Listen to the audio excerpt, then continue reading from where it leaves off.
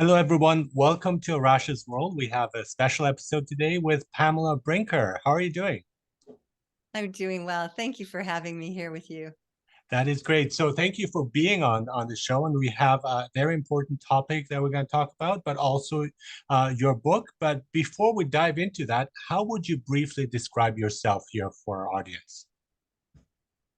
I consider myself a being. I don't define myself by my role as a mom or a parent or a writer. And I don't define myself by accomplishments or successes. So I'm just a human being, just like you and everybody else. Yeah, that's wonderful. That's great. Yes. Thank you. We're going to talk about your book, but you are a psychotherapist, a mom, as you mentioned, and an author. We have the book. Here is Conscious Bravery, Caring for Someone with Addiction.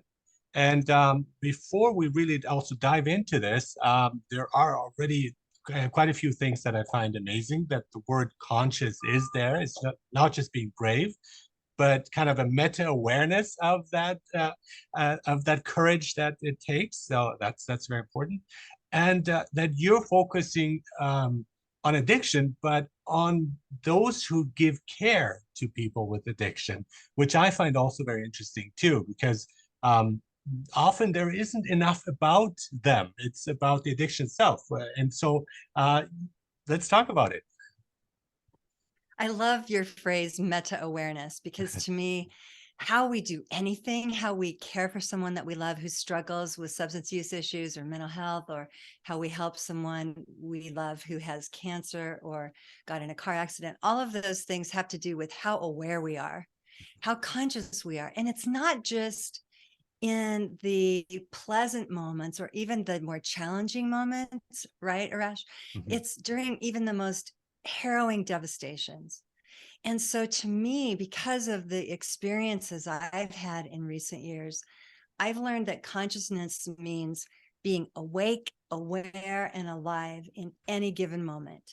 And so every moment is an opportunity to practice, whether I'm meditating or doing yoga or walking in nature, talking with you, a new friend, or whether I'm answering a phone call and having to pause and breathe consciously and reassess what will I do in this devastating, shocking situation, you know? Yes, and it's very liberating. And I use the term mindful often, but the problem is also is the same with like labels, where you say like roles and so on. That happens with words too. And when sometimes I use certain words, I'm aware that people don't think of it in the same way as I do. Right. So, but the same what you're describing, I look at as mindful and just being aware, giving your space to feel certain emotions and not jumping to quick judgment or conclusions, but just let it flow. I think that is really important, and not have it stagnating within you or festering within you, or just like opening up whatever feeling it is. Especially the negative ones, I think they're the more they're the spicy ones. They add the flavor to it all. Yes, and I love what you're saying. No labels.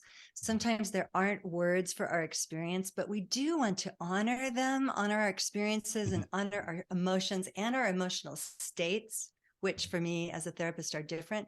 But yes, I do appreciate and honor the word mindful, and people use it for different things. It means I'm being mindful, I'm being conscious, I'm being aware, I'm being present. But I love the word whole being. Yeah. It's really two words put together. But to me, we want to really kind of shift from mindfulness because our minds are already too full.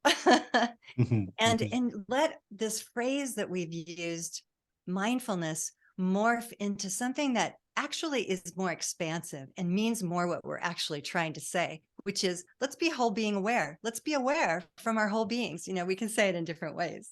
Yeah, I use the term holistic, but again, that's the same thing. It reminds me of these lyrics from Emerson, Lake and Palmer. They have a song, and I hope I don't misquote it now here.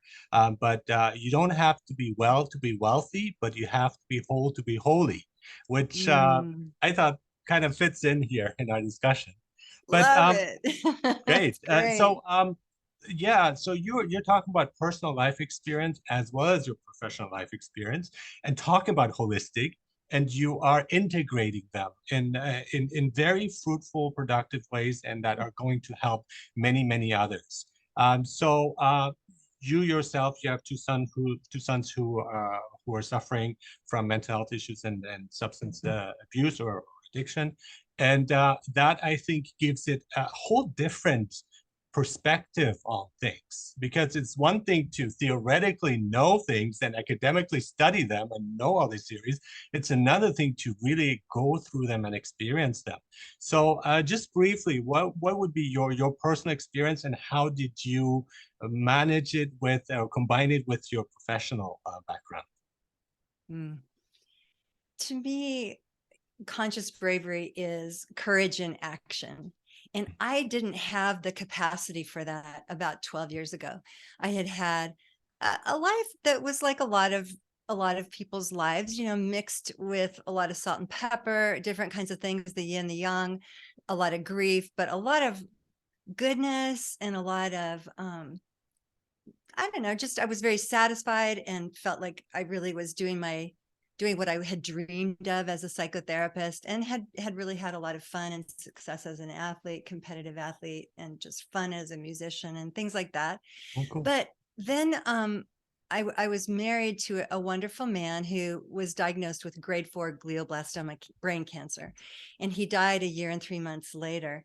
And so my two sons just went into a state of grief and mourning that I didn't completely understand, even though we were open as a family and we communicated, the three of us, really candidly throughout his decline in health over that little over a year period of time. But when he passed, my sons, I believe, were trying to take care of me and take care of themselves. And so even though they were 13 and 16, and they turned to each other, and they turned to drugs and alcohol as an answer, a solution to the pain they were going through. No one wants to become addicted. No one wants to have mental health challenges, but they had really challenged grief. I don't want to label it, but it was grief deeper than a lot of typical mourning is. And so within months, they had become dependent upon the Vyvanse and Adderall they'd gotten prescribed. They had experimented with their doctor with both, and those are stimulants to treat ADD, attention deficit disorder, and ADHD, the hyperactivity part of attention deficit. And they're two different things. But at any rate, my sons doubled their doses on their own, their prescribed doses, and were also drinking alcohol, and they started turning to psychedelics and things to just kind of escape from the pain they were experiencing.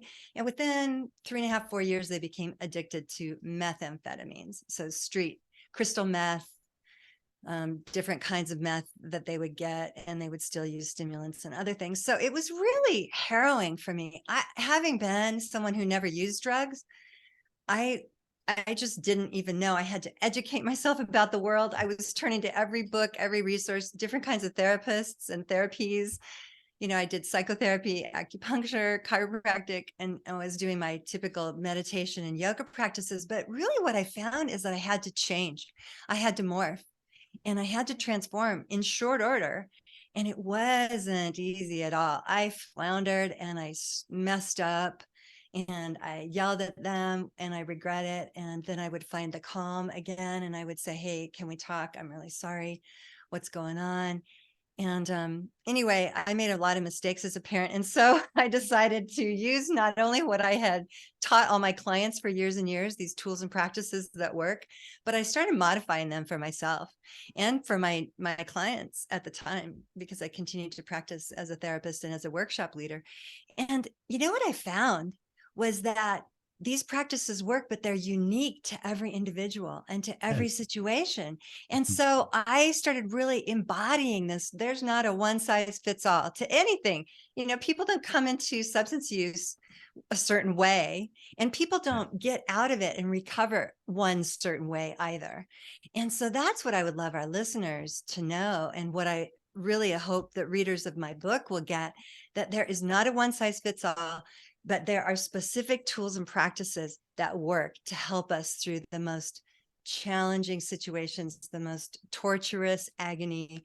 And I've experienced it all. I'll tell you that, my sons were homeless without my choice or wanting them to be. They were assaulted. They were involved with drug dealers, and they just had some of the most harrowing situations. They would be beat up. They would come home. I would find one of my sons in bed in a pool of blood, and so just horrible things happen that people don't talk about. Maybe we tell our therapist or our best friend, but who talks about this? The ongoing challenges of someone who's trying to get clean and trying to find their way and trying to live in loving support with their family, but who continues to flail and find very bumpy ground and fall and try to pick themselves up. So Yes, absolutely. And I love your the definition of addiction here too in your book. And so as a person's solutions to the troubles. And so I think that's really important, because we are looking for ways of escaping pain, of the things that we think we do not have connection. We're looking through it and we can't find it. It could be pretty much anything, and that's one of the main points I like to give to people too. Is like, it could be your work, it could be exercise, it could be, and substance abuse is so much worse because it does this real havoc to your body and your mind. But the root source, the problem is often similar. At the same time, what you're saying is absolutely true. Every child is different, and every client that you see and every struggle they have is different. And so I don't know where we get the idea from that we have a theory and this is the medicine, and even our bodies are different inside and outside.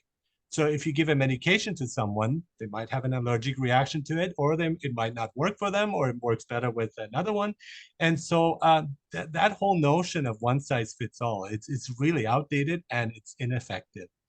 And just to give another example here, with as a parent, there is no good parenting manual, because we can't include every possible child in every situation, and everyone reacts differently. So we're struggling, and there's all these experts on parenting when they speak, and I've had them on my podcast too. And I think at the same time, yeah, but these are just suggestions, maybe, but who knows? It might not apply to you. so true. I love that you're speaking to this, because parenting, I'm passionate about mental health. I'm passionate about coming up with a different word for codependency. In other words, I think we want to attach to our children in healthy ways, not see this thing that we do, this enabling that we're tending to lean toward or managing.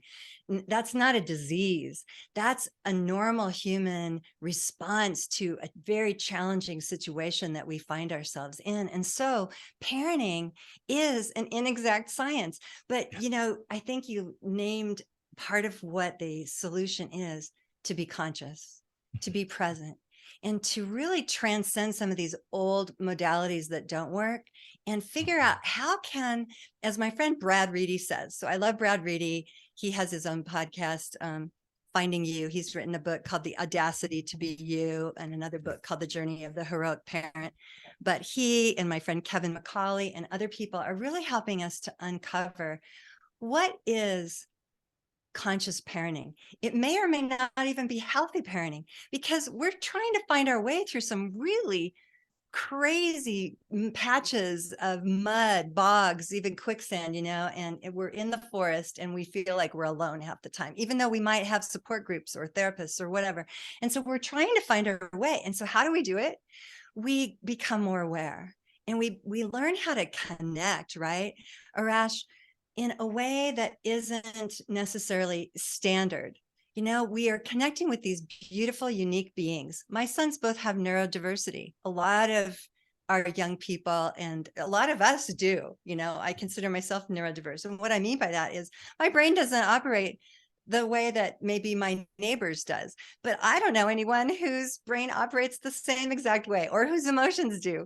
And so I like quirky people who know who they truly are and are authentic, And so Perfect. that's the kind of parent I want to be. I want to be real. I want to be present. I want to be able to be tender when I need to and compassionate. And I want to know how to jump in and walk alongside or even run alongside my loved ones when they need me. And so to me, I had to learn that because my tendency was to do the latter, to jump in. As an athlete, I was a spring into action kind of person. And I was a swimmer and a triathlete. And that's what we do. We just think, okay, work harder, train longer, right? But I had to learn how to do what I'm really noticing I need to do now: pause, slow down, breathe consciously, and tap into awareness. What's my loved one experiencing? Can I have empathy? Can I pause and listen and say, wow, that sounds hard. What do you think you'll do about that? Or maybe not even jump to what will you do? But I said, what will you do about that? Because I want to empower them. And I hope our listeners will see that too. We don't have to offer solutions. They may or may not be asking for them. Most of the time they're not. And so we want to offer solutions when they're not even being requested. So I've had to learn how to pause and be in discomfort and become more comfortable with discomfort, and then wait through even some of the toughest moments when I think the solution needs to occur within a few minutes or an hour.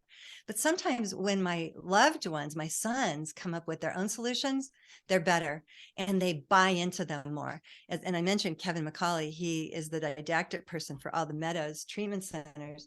And they're doing a bunch of new and different things, like with trauma and looking at unique people's needs and trying to offer a lot of different opportunities along the way in terms of treatment solutions. And so I think of that and I think, wow, therapy is a lot like parenting. I want to be able to have a bunch of different options at the ready and to not have to rely on one mode of operating that I really prefer. I want to offer what my loved one wants and needs from me.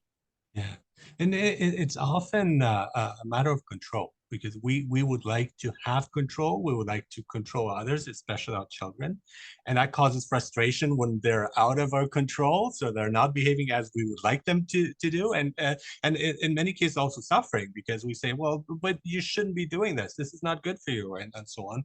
But I think there are other elements too. It's like because we're trying to also fix their problems. We're trying to help them, but in that sense we're actually not helping them. And what I like, what you're alluding to and how I understand it, is to give them the awareness, the support, and saying the presence, I am there for you, but I will just be here if you need me. You need to kind of figure it out. I can give you advice, but probably if you don't, it's even better.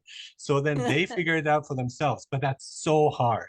It's like seeing somebody who's like falling right in front of you, and you know that you think you know you could stop them, but you can't again.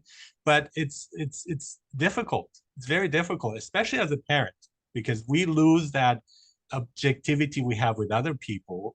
With our kids, it's just a completely different ball game, to use a sports metaphor. Oh, you hit the nail on the head with so many things. It is so hard as a parent. Mhm. And so I'm sure you've experienced this too. I try to bring compassion into my world for myself Mhm. first, Mhm. because if I don't have compassion for myself, I can't have it for my sons or my husband or my friends who are struggling. And so it is difficult. So oftentimes I say, wow, this is so hard. Huh. Mhm. Mhm. Gosh, this is the part of my story where I get really anxious. And this is a part of my day when I tend to go to panic, or, wow, I really feel like running. Mhm. Huh. I want to Mhm. curl up in a ball. So I tend to notice the things I just named are the responses of our brainstem, our nervous system. Our sympathetic nervous system wants to flee or fight or curl up in a ball and pretend like we're disappeared or dead, or we fawn, which means we try to please others. And Mhm. those are not the healthiest responses. And so when we want control, you mentioned the major C word, the antidote to control is consciousness. It's to be aware, to go inside and say, hey, the only thing I can control, or the one thing I can control, is me. I'm going to breathe right now, or I'm going to get my feet on the ground. I put a post up on social media today. You can check out if you want. I put a photo of my gold boots, my gold Mhm. sparkly boots. And I said, we got to put our boots on the ground, because Mhm. that's what I've had to do the last month. The last month has been really challenging, and I've wanted more control, but haven't had it at the ready. And so I've had to work on finding that capacity, that control in myself. So I love those three C Mhm. words. Mhm. Control. If I want control, I find how to be conscious, and I find the capacity I do have. Mhm. And just as a side note, my experience has been those who try to control others the most are the ones who are the least in control of their own lives themselves. I've Oh, seen that in many true. cases. So true. So that reflects in that Mhm. way. But I think self-care is hugely important. Mhm. We think of it, many think of it as being selfish. I should be devoting all my time to my career, to my kids, and so on. But no, it's actually, and I grew up in Germany, so the work harder mantra is always in the back of my head subconsciously. It's like work hard, work hard. But then I was like, if I relaxed and if I like spent time with myself, if I explored stuff and then went back to work, I would work so much better and be so much more productive. So it's not just the kind of like rat on his wheel of like constantly working, but it's like let's stop and let's take a look and take stock and then take the path forward, which is a much better way.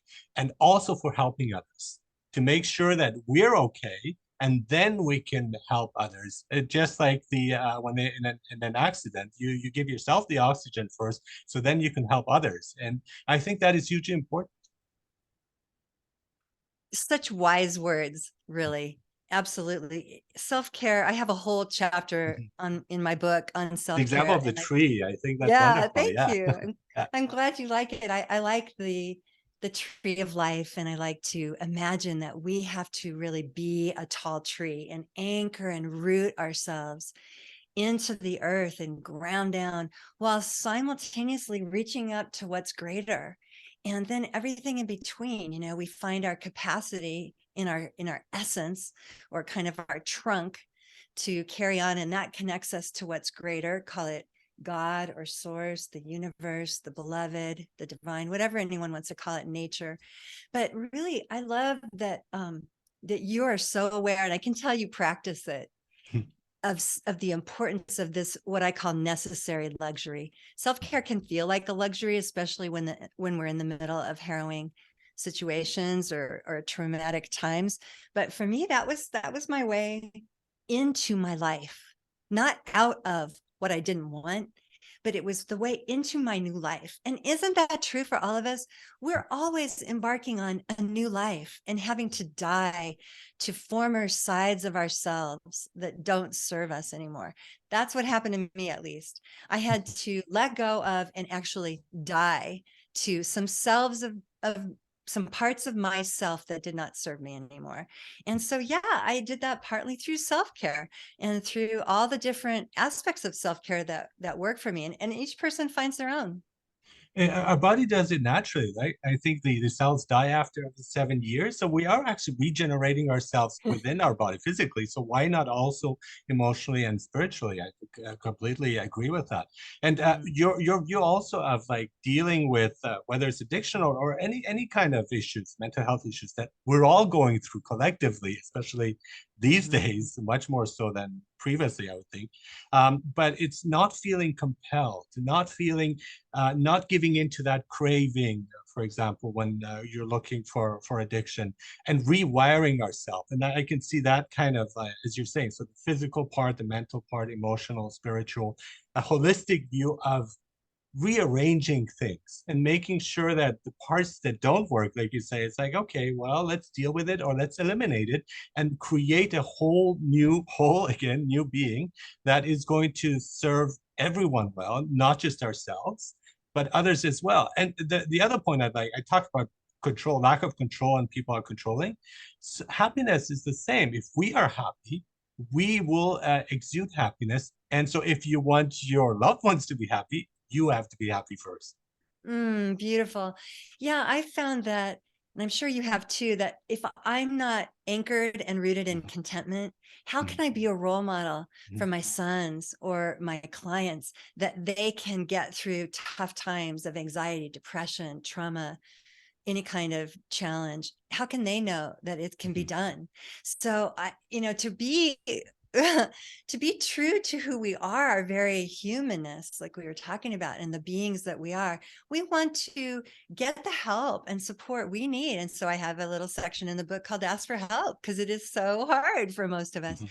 But Mhm. it's a sacred thing to receive help and to give Mhm. help.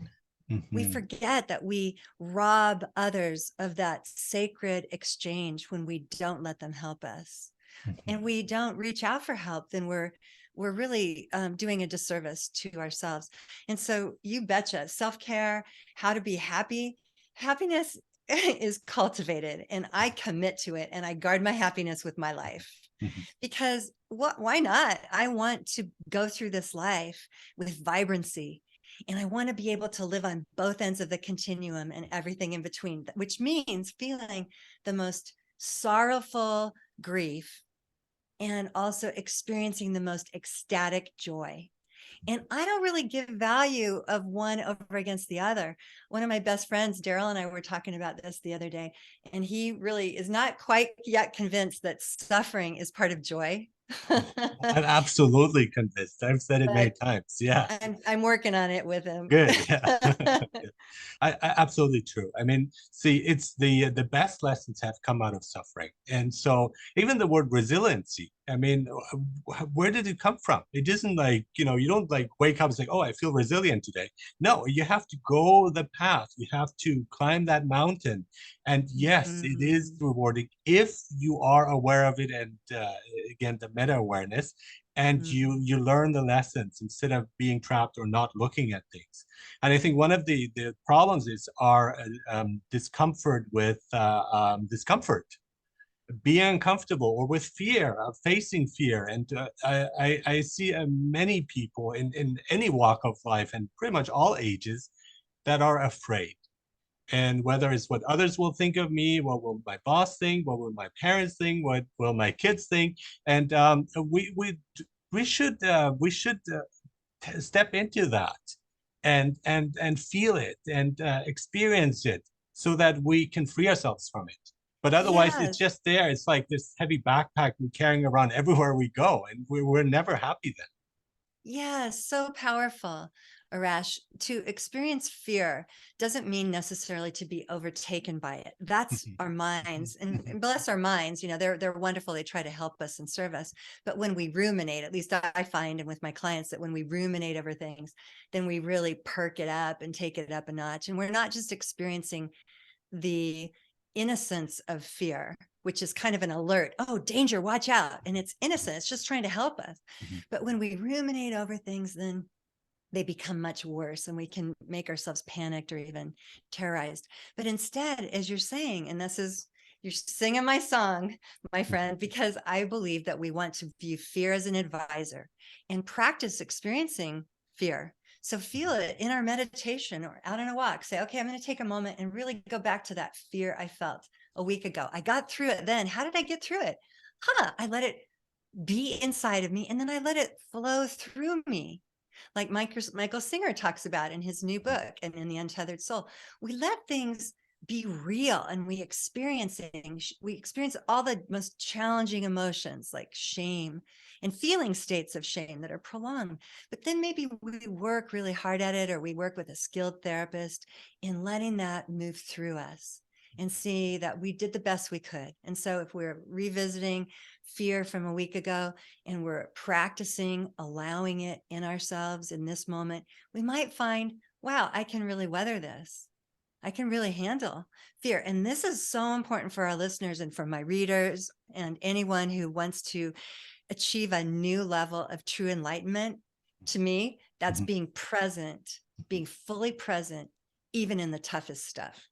And we can do tough stuff, when we really allow ourselves to come out of that brainstem and back into, we reset, we basically rewire, and we practice over time, and we become better and more skillful at handling fear, at being comfortable, more comfortable with discomfort. And yeah, It's and just a not want you skill. not wanting too much at once. I mean, it's like in small doses works really well. And I think, or again, giving it the time it needs. Because a lot of the fears that I had, I would like you're saying, and I thought I was one of the few people, but maybe we are the few people. But I would actually look for it when I'm calm. It's like, okay, what is it I'm afraid of? I want to experience it, and in the past I would shun it. It's like, no, don't go there. I don't want to think about this. And it's like, but then now it's like, okay, I'm relaxed now. I'm safe, and let's kind of go through them. And what happens is, with enough time and practice, you realize that the fear just dissipates and it goes away. And then you are in that same situation, and you say, why was I afraid of this person or this situation or this what's happening around me? There is no reason to be afraid. And so uh, once you get to that point, it really frees you up. It's like, well, I could react in this way or that way. So you have more options. And I think when Mm-hmm. we also help others and we're caregivers, that's something that would then we choose the best option. We're not like instinctively reacting. It's like, oh, you shouldn't do this. You shouldn't feel this way. But rather like exploring it, staying with it, and being much more effective in that help that we or suggestion that we're providing to others. Beautiful. Staying with it, exploring, being curious. You know, those of us who are trained in what we call attachment-based therapy, and I am, Mhm, mhm, well, all that means is that we look at how did we grow up? Did we have secure attachment? Did we have avoidant attachment to our parents? What did they experience, the generation before us? You know, you mentioned Germany. My mother's mother was a German-speaking person from Russia who came over to this country, and she came over to this country in the 20s, and she was not allowed to speak outside of her home in Oklahoma because there was still all this fear about Germans and so mhm, forth in this country.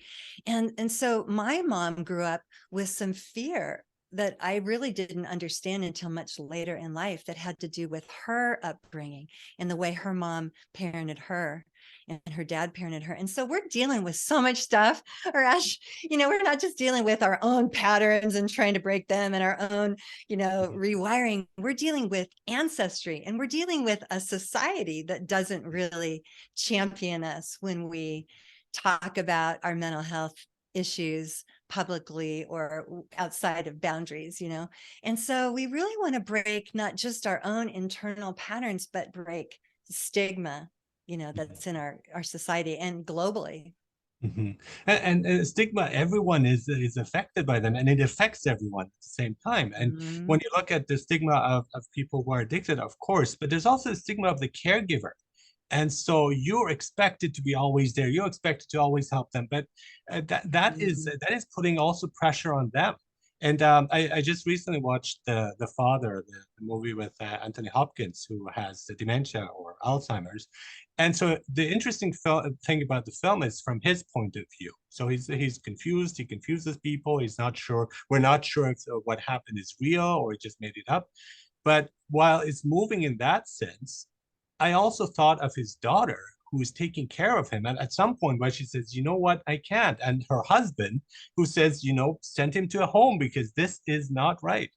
And they're both correct, but they feel this guilt and shame because I'm expected to take care of this person. So it's complex. It's very complex, but the stigma is not helping. It makes it You much worse got for me. it. You Yeah. got it. That's brilliant. It is complicated, and there isn't just one answer. Mhm. Sometimes I might say to my sons, okay, I'll do that. I'll walk alongside you. I'll give you a ride there, but I'm confident that you can go in and do that thing, whatever it is. Mhm. And so I'll just be with you in that.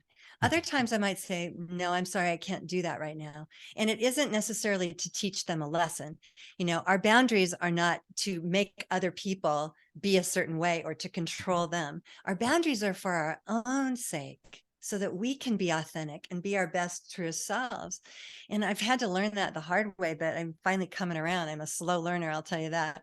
But I am learning that limits are helpful for other people. If I say, I can't today, but I could on Thursday, and then, figure it out until then, do what you can, because Mhm. I know you can. Mhm. And so sometimes leaving things kind of in the gray area and a slightly bit open-ended as parents or as loved ones is truly helpful for ourselves. It gives us a little bit of a pause, but it also gives the ones we're trying to help, again, more volition, more capacity to see that they're capable of some things along this way. And I'm talking about people that, my sons have had tremendous challenges. They've been diagnosed with some of the big ones like schizophrenia, a couple of times, both of them, even though it turns out it was really more residual symptoms from drug use. But I do have some friends whose sons and daughters have been living with schizophrenic symptoms for years and years. And so it doesn't look like it's going away. And how do we help those folks? We want to give them as much capacity as they can have, and because it is their own birthright to make choices. People with anxiety become less anxious when they learn how to practice tools and skills that help them, not just rely upon medications or upon others to take care of them.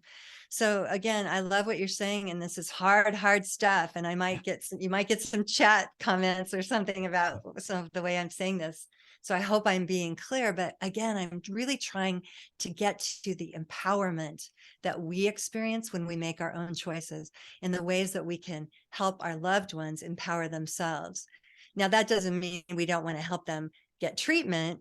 I'm all about help your loved one get into treatment, into some form of treatment. And one of my new friends, Walter Wolf, wrote a book called The Right Rehab, because it's so hard to find places sometimes, especially if money is a problem or not as much of a resource. So how do we find places?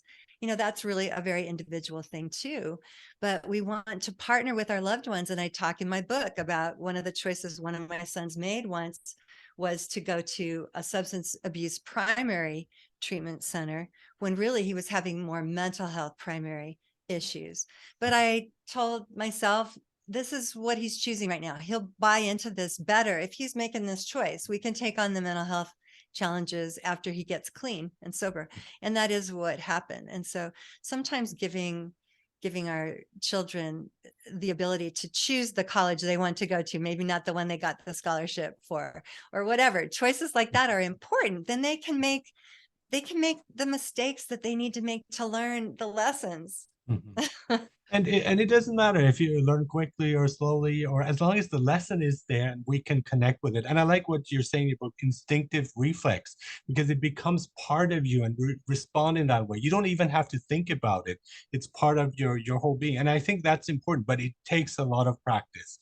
It doesn't come overnight. And I think that's what people in nowadays with technology, they want quick fixes. It doesn't work that way. You want to lose weight quickly, or you want to fix your problems, your issues, and that's not it. That's really not it. So if you really truly want things to work out, you just have to give it the time and put in the effort, of course, and also relax at the same time. So it's a bit of everything. It's true. And it sounds kind of complicated, but Yeah. to me, what you're talking about is how do we cultivate conscious bravery? Mhm. And it is cultivated like anything, just like weight loss and healthy eating habits, or beginning to move our bodies more and exercise and find joy in it rather than drudgery. It all comes about over time as we both value it more and we see results. I tell a lot of my clients, just go for a walk for 10 minutes. If you don't feel like doing any kind of movement, just go outside and get in nature and just see what happens. Be curious. And so that 10 minutes then builds. And the next day they think, wow, I really loved that yesterday. Today I can do 20 minutes. And I am a person that walks rather than, I haven't walked in a week. What does it matter? And so the more we do something, the more embedded the skill becomes. And it does become more innate. And conscious bravery is like that. And so when we want to be able to be super brave, and we know we're going to have to be down the road, we can work toward that beginning with little tiny steps today. Yeah, without forcing ourselves too much, because that just Mm-hmm. reminded me. I heard somebody told me that they have a meditation practice and they do it like 4 times a week, but they want to do it 5 times a week, and it's so hard. And I say, well, why? you're okay. If you don't want to do it the fifth day, then don't do it. No, it's that kind of like, I'm forcing myself to be good. I'm forcing myself. And in some ways we do need to push. I think the push is there, but not forcing yourself. And that goes back into self-care. It's like the whole point is for you to connect with yourself, not to push yourself in or force yourself in a different direction you don't want to go to. And Exactly. that's And we can important. practice meditating in life. For me, when I don't have time for that extra meditation, I say, I'm going to make my life a meditation. I'm going to be so awake and so aware for the next 20 minutes that Mhm. it's like I'm meditating. And so Yeah, I feel that way talking with you. yeah, We have this fun yeah, interchange, this fun yeah. interplay. It's really flowing. Uh-huh. And it's a form of, oops, sorry. It's a form of maybe not meditation, but of being fully present Yeah, and yes, tapped in. yeah. Yeah, absolutely. And let me just remind everyone, so conscious bravery, the definition I have from your book is handling life challenges head on. I really like that. Oh, thank you. Yeah, Anything to add why to that not? definition? Yeah. I guess I would say that conscious bravery is cultivated like a garden. And so, yeah, we handle the challenges head on, but we begin by, as Liz Gilbert says, just being like a farmer and just tending to the garden every day, digging in the dirt, pulling out the weeds, taking care of some of the flowers or the growth that needs to be trimmed. We just work it, but we work it with some level of gratitude, right? Mhm. Some level of joy and appreciation that we even have the opportunity. That's what I do. Every day I come at some point, almost every day, I feel like, wow, this is really hard. This is really heavy. This is very challenging. And I try to allow that experience in the moment. And then I usually find that I counter it with an innate capacity now to find gratitude. Like, wow, I have this opportunity. I wonder how this will go. Hmm. Wonder what I'll do. Okay, I'm going to go inside to my essence, or maybe I go outside in nature and I get grounded. But I do something that's whole being aware that isn't Mhm. just here in the mind. Like, oh gosh, what should I do? What should I do? How do I solve this? Don't just call one person and get advice. I really try to saturate myself in the capacity to tap into wisdom on varying levels. And then it arrives. And it doesn't arrive right away. Sometimes it takes weeks or months of diligent listening for that, and being on the fence I've been on the fence in a state of confusion for months at a time here and there. So my heart goes out to any listeners that are there. But conscious bravery is being able to handle it all and find a solution that is temporary or on the way toward permanent. But we make a choice, and then we might alter that choice down the road, but we make a decision to be awake, alive, aware, and present. Mhm. Absolutely. I just want to here wrap up with a final question about, as a non-therapist, but I'm really interested in that. What therapy techniques are you using? Because they are working, right? And I can sense that. So, what are some of the methods and approaches that you're using? I use somatic experiencing a lot. And that's a big phrase for basically being in our bodies and our hearts and our minds all together and noticing what's happening. Yeah. And so, for example, you might have an experience, Arash, where you have tightness in your throat, let's say, or your shoulders might get tight, or you might get queasy. And if you don't pay attention to that, how do you know what's really happening? So we listen to our bodies the same way we would listen to our best friend. Our bodies are these beautiful containers that we've been given in this life. So we listen to our bodies. So that's one method. I also do any number of other things. I do EMDR at times, which means eye movement, desensitization, and reprocessing. And so I'll partner with my clients in helping them get out of the stuckness of their pattern minds and store old material differently so that it's not as traumatic, and be able to find their own answers and solutions. And that's what EMDR is about. It's not about me putting something on you or my client. So that's one. I also believe in, I was trained in play therapy years and years ago when Oh, I was a cool. young therapist in my 20s, and I still believe in bringing play into things. So I might have a client stand up and, maybe say, okay, you were just kind of moving when you were talking about that. Why don't you make that bigger? And then we might pretty soon be kind of dancing. Like, can you dance on running water? That's kind of a Zen koan, really, if you will. Oh, But can you play with this challenge? mhm, Can you be in your body and kind of be moving and just see what happens?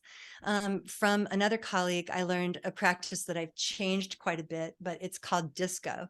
So I mm, teach practices that have acronyms, and you can read my book or go on my website if you're interested in that one. There's a tool on my website called disco, and I won't explain it because it's kind of lengthy, but it only takes a couple minutes to do. And so we use protocols that get us outside of our patterning, our responses that are ingrained, and we try to break free from those. And so I use a lot of different practices that do that. I also do a lot of listening, and I'll say, can you say that back out loud to me in a bigger way? Or can you say that in a way where you're like, I had a client the other day who was going like this while they were talking to me. And I said, can you say that back to me and make that even bigger? What's that about? And then they started crying. So they were rubbing, for those of us, those of the listeners who can't see, they were rubbing their face as if a tear was going down it when it wasn't, but they were just making emotion. But I think there was a tear coming. And so I'm not going to tell people what to feel or experience, but I'll tell them what they're doing. Like, did you notice how your voice just got louder? Or, wow, did you notice what you said 2 sentences ago? You said your mom would never have allowed that. What's that like for you? So I do a lot of inquiry and questioning and trying to help my clients explore who they really are and start to be that. And so that's another piece of conscious bravery. We learn to be our true selves rather than what someone else wants for us to be, mm, or what we think somebody else wants or needs us to be. We really learn to be our truest selves. And that comes about by really exploring who we haven't been, who we are, who we're becoming. And so I might have people make a collage with a past, present, future, and cut out photos of, who did I used to be? What's that look like visually? Can you make it 3D? Can you put words up that kind of stand out and bend them? And then, who are you now? And who are you becoming? And I had a client who made that in a big circle and put it up on their wall for a while and kept adding to it. and So it all I love flows art. together. It all flows Yeah, together because then we might be angry with the past selves. Like, well, I used to be like this. I used to be shy. I used to be scared. But you had to go through that to be where you're at now. So it's a whole process. And it's like the judgment doesn't help. And it's actually, I don't know why you would judge anyway. Just kind of notice it though, because that brings it into awareness and you see, oh my God, I've done a lot.